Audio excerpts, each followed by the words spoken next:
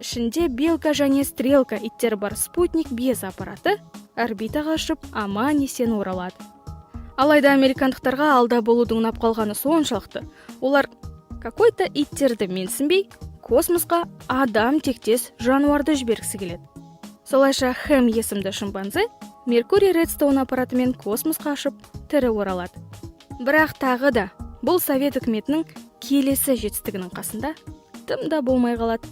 Космосқа алғаш болып адам аттанады.